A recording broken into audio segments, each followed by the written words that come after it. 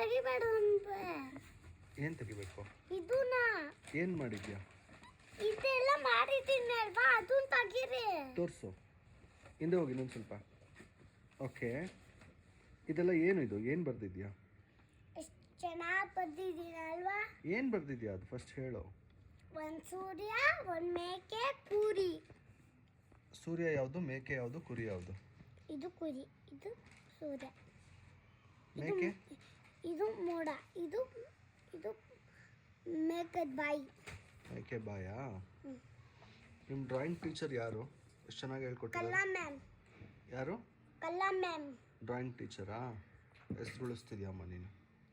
ಕಲಾ ಮೇಡಮ್ ನಿಮ್ಮ ಹೆಸರು ಉಳಿಸ್ತಾಳೆ. ಲಕ್ಷ್ಮಿ ಅಡುಗೆ ಮೇಡಮ್ ಇಲ್ಲ. ಅಡುಗೆ ಮೇಡಮ್ ಇಲ್ವಾ?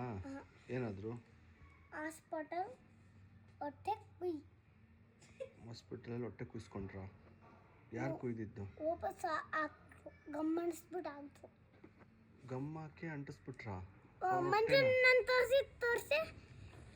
ತೋರಿಸಿ ಮುಂಚೆನ ನಮ್ಮ ಮ್ಯಾಮ್ ಅಡುಗೆ ಮಾಡ್ತಾರ ಅಲ್ವಾ, ಆ ಮ್ಯಾಮ್ದು ಹೊಟ್ಟೆ ಕೊಯ್ಬಿಟ್ಟು ಅಂಟಿಸಿದ್ರು ಅದನ್ನ, ಹೊಟ್ಟೆನ. ಹೆಂಗೆ ಅಂಟಿಸಿದ್ರು? ಅಷ್ಟು ಒಳಗೆಲ್ಲ ಗಮ್ ಹಾಕ್ತಾರೆ, ಅವಾಗ ಹಿಂಗೆ ಅಂಟಿಸ್ಬಿಟ್ರು. ಯಾಕೆ ಕುಯ್ದ್ರಂತೆ ಅವ್ರ ಹೊಟ್ಟೆನ? ಯಾಕಂದ್ರೆ ಒಳಗೆ ಗಾಯ ಗುರಿತ, ಗಾಯ ಅದಕ್ಕೆ. ಹೌದಾ? ಚಾಕ್ಲೇಟ್ ತಿಂದಿದ್ರಂತ ಅವರು?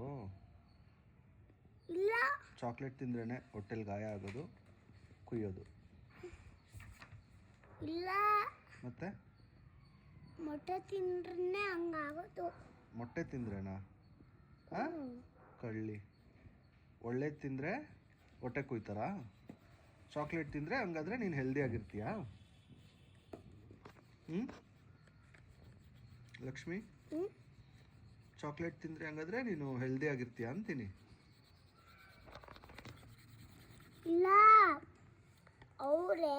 ಅವರೇ ಕೂತ್ಕೊಂಡು ಬರ್ತಾ ಇರ್ತಾರೆ. ಏನಕ್ಕೆ? ಯಾಕೋ ನನಗೆ